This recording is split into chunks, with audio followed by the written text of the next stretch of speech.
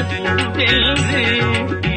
சுவாமிமலையில் சிவன் வென்று திரு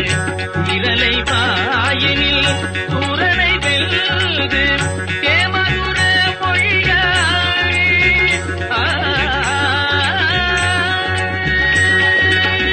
தேமதுர மொழியாய் தேவானையை மணந்த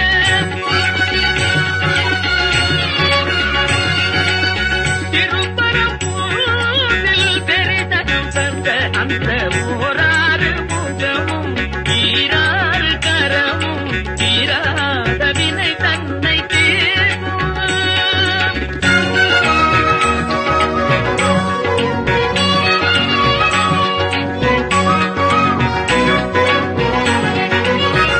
மாமனை போலிரு மாதுடன் கூடி மாமனை போலிரு மாதுடன்